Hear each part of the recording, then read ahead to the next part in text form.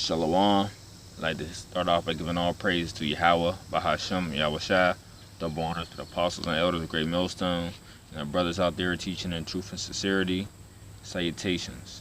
And I want to go into this book, A Hidden Heritage, the Black Indians.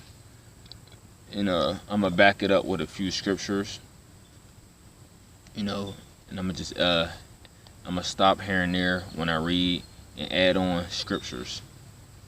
And I'm gonna start on page 26. It says, "It began with Columbus. For the people of the Americas, Northern Kingdom, the arrival of Columbus was hardly a blessing." That's talking about the Northern Kingdom. And we know when Columbus and them came over here, is right. It wasn't no blessing, because what all he do, he raped, robbed, and murdered, tortured, whatever you can name it. There's facts out there, things like that, where he took the women, cut their stomachs open, stomped the babies' heads, cut off different so-called Native Americans' heads, and was kicking it around, playing a little, I think that's where they get their little game like rugby from, when they hit it with the ball, they hit the ball. But I think they was taking the Indians' heads while they was on the horses, kicking it around, things like that. Skinning them. So that's why you got the football team called the Redskins. All types of atrocities the so-called white man, the damn devil, was doing when he got over here. Alright, it says, and on his first day, October 12, 1492, the explorer wrote in his diary, "I took some natives by force."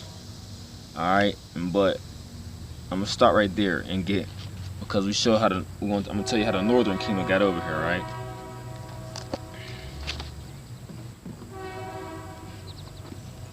Second Esdras 13, start at verse 40. "Those are the 10 tribes which were carried away prisoners out of their own land in the time of Oshea the king, of whom Salmanassar the king of Assyria led away captive, and he carried them over into the waters in some slot, and so came they into another land. But they took this counsel amongst themselves, that they would leave the multitude of the heathen and go forth into a further country where never mankind dwelt."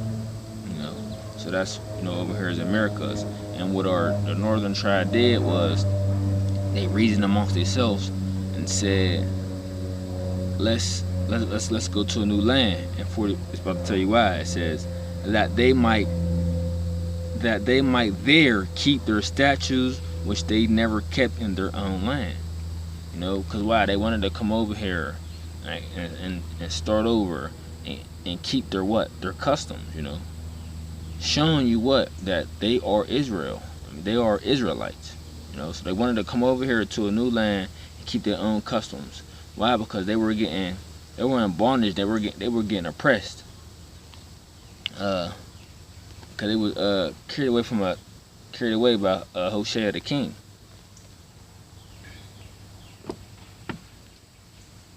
All right, I'm gonna stop right there. Back in Black Indians, page 26. It says, on his first day, October 12, 1492, the explorer wrote in his diary, "I took some of the natives by force." He later found the original inhabitants to be tractable, peaceable, and concluded there is not in the world a better nation. You're right, because there were Israelites. We were a special people. And then it says his response as a European, a damn devil, was to say that the Indians must be made to work and adopt their ways. All right. So this devil, Christophe Colomb, who we know as Christopher Columbus, says that Indians must be made to work. Showing you that They're all the same, you know. They're all devils. Period. You know, how you just gonna come to a land and say somebody and just say, you know, they must be made to work. You know, who are you to say that? You know, I mean, we know it's prophecy that it was supposed to happen, but I'm just saying it just show you how the white man, the so-called white man, is the devil. All right, and we know he came over here, first came over here. You know he was on a peaceful talk. You know, and even of our people was a peaceful people. They was giving them gifts and stuff when they came over here. You know they didn't come over here on no violent act. Came right out of the blue and said, "I'm gonna kill you. What's happening?" You know they probably came with that peaceful serpent tongue like this. Hey, how you doing? Oh, I'm your brother. Can you help me do this? Can you help me that? Because on its actuality, the people the tribes that was over here, they helped them live. You know, they helped them get by. They helped them survive the winters. They helped them to survive the different diseases. Uh, just how to maneuver around the whole land, the whole nine. But what do we get in return? Our people got the diseases from them. You know. So I'm gonna jump right. It says Psalms 55:20. He hath put forth his hands against such as be at peace with him. He have broken his covenant. You know, because we know all the promises that he made to the Native Americans and the Seminole Indians and things like that. All the covenants that he made and that he broke. It says, the words of his mouth were smoother than butter, but war was in his heart.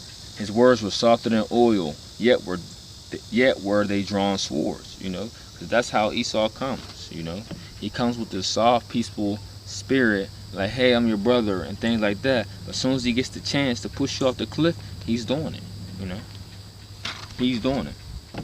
All right, I'm gonna go back to in the book. It says, the Christopher Columbus, whose unique seamanship and courage has opened the Americas to European penetration, also began the transatlantic slave trade. He started by shipping 10-chain Arawak men and women to Seville, Spain. He wrote enthusiastically to King Ferdinand and Queen Isabella about the business possibilities, slavery. From here, in the name of the blessed Trinity, we sent all the slaves that can be sold. When he loaded 1,100 Taino men and women aboard 4 Spanish ships, the crowding and the stormy Atlantic cross took a fearful toll. Only 300 survived.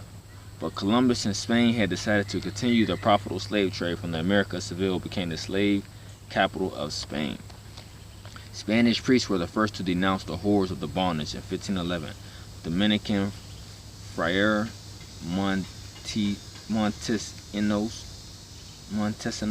called slavery a mortal sin and said cruelty and tyranny over Indians could not be justified by Christians.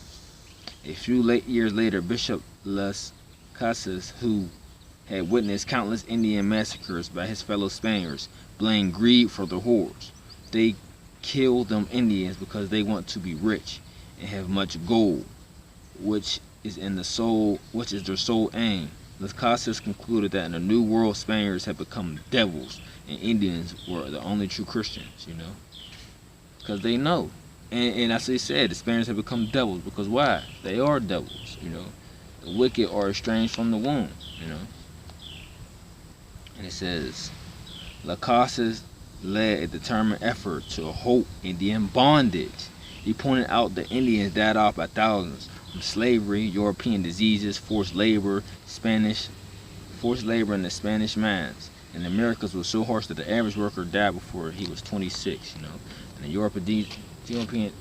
European diseases. And what was one of those main ones that they told us in school? The smallpox. You know, and all the different other ones, you know.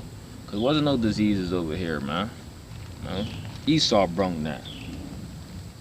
But I'm gonna get the scripture, just letting y'all know that what people say, like a lot of these other people like to say, well, we wasn't on slave ships with y'all, we wasn't this, we wasn't that with the southern tribe. What are you talking about? You know, this another account, the fact that proves that y'all was on different slave ships going back and forth through the whole thing too. You know, you might have not got grabbed up in West Africa with us, but your ass was show uh on them different slave ships and being sold for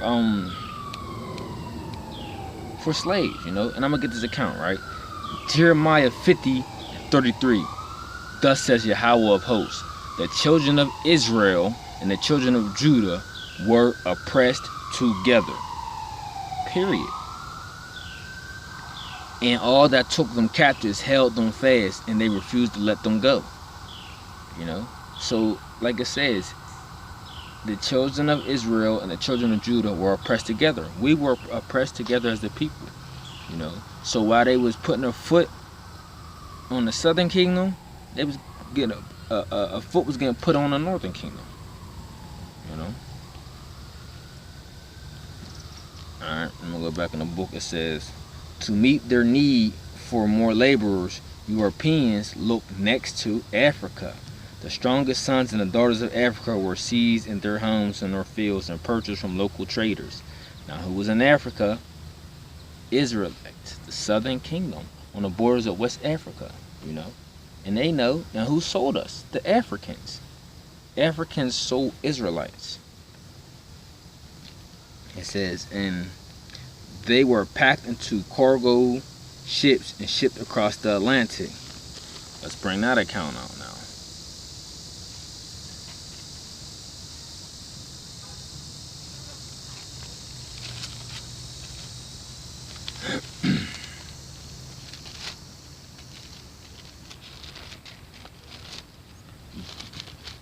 Joel 3, start at 3.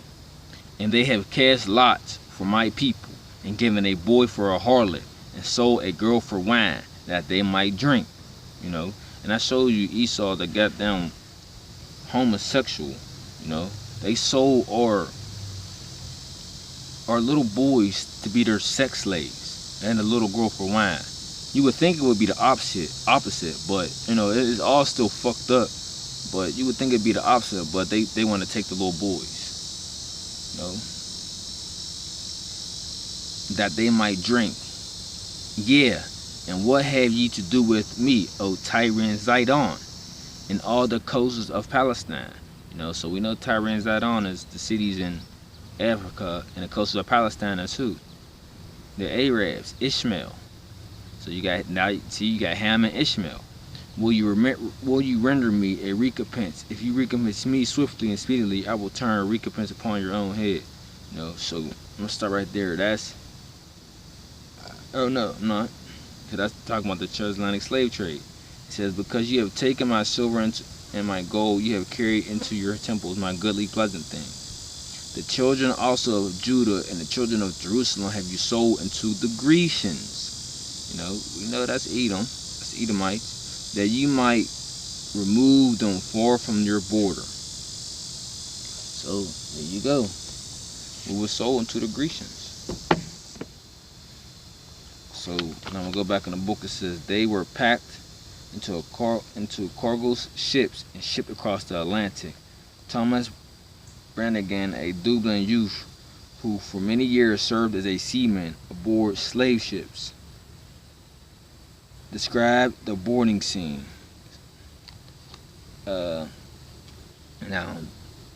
we know, because who got brought over here like a cargo on a cargo. Who was named as cargo on the slave ships. You know, there's only one group of people. I mean, actually, as I just explained in the facts, Israel was getting brought on cargo ships too, not from West Africa, like the southern tribe, but they was getting rounded up on all these cargo ships too. And I'm about to get that count of that, because now this applies to both of us, you know, far as the different things, because the curses apply to the northern kingdom and the southern kingdom. All right, so Deuteronomy 28:68. And Yahawah shall bring thee into Egypt again with ships, by the way whereof I spake unto thee.